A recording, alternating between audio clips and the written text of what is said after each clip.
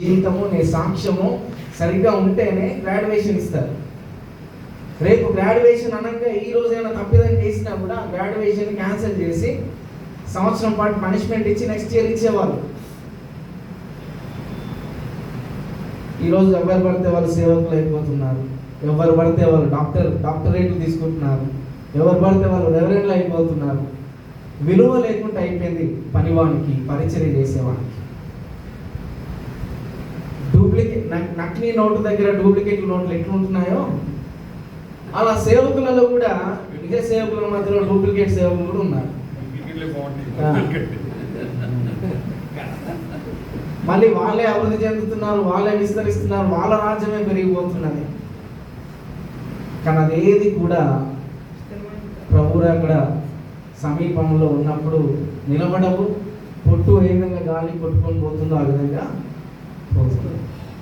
ఈ సంవత్సరంలో ఇక్కడ ఉన్న స్టూడెంట్స్తో మాకు ఉన్న సంబంధం ఏంటంటే, ప్రేమ ఇందులో సహకరించిన వాళ్ళు ఉన్నారు.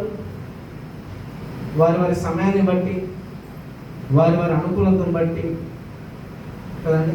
కొన్నిసార్లు బాధ అనిపించేది, కొన్నిసార్లు ఏంటి అసలు ఇలా అని కొన్ని సందర్భాలు బాధపడిన సమస్యలు కూడా ఎదుర్కొన్నాం. ఇక్కడ బోధించే వారికి స్టూడెంట్స్ లేకపోతే బోధించే వారి అమూల్యమైన సమయంలో కూడా వారు కూడా స్టూడెంట్స్ లేకుండా ఏం బోధిస్తాము అనే సందర్భాలను కూడా ఎదుర్కొన్నాం. ఒక గుర్రాన్ని బలవంతంగా నీళ్ళు ఎలా దాటించాల్సి వస్తుందో అలా చేయాల్సి వచ్చింది మాకు కూడా. లేకపోతే వాళ్ళు నిజంగా పిలుపుంటే, నిజంగా దర్శనం ఉంటే,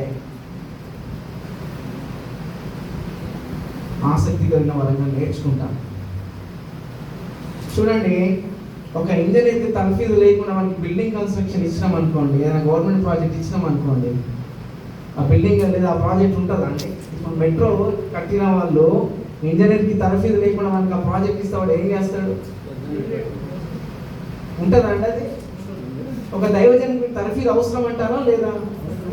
అవసరమే. తరఫీదు లేకుండా నా అనుభవంలో చెప్తున్నాను, తరఫీదు లేనప్పుడు నేను ఎలాంటి తప్పిదములు చేశాను వాక్య బోధలో నేను నేర్చుకున్నాను.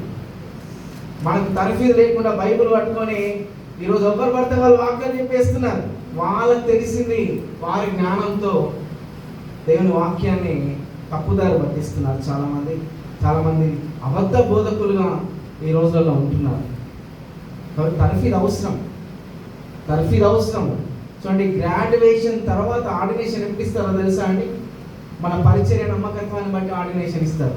Graduation is different, ordination is different. అర్థమవుతుందా? కాబట్టి ఈరోజు ఈ పట్టభద్రులుగా ఉంటున్న మీ అందరికీ కూడా, అతిథులుగా ఉంటున్న వారి చేత ఒక్కొక్కరి ద్వారా ఈ సర్టిఫికేట్ డిస్ట్రిబ్యూషన్ చేస్తాము. దాని ముందుగా ఒక వాక్యాన్ని చదువుకుందాం. దాని ముగిస్తాం.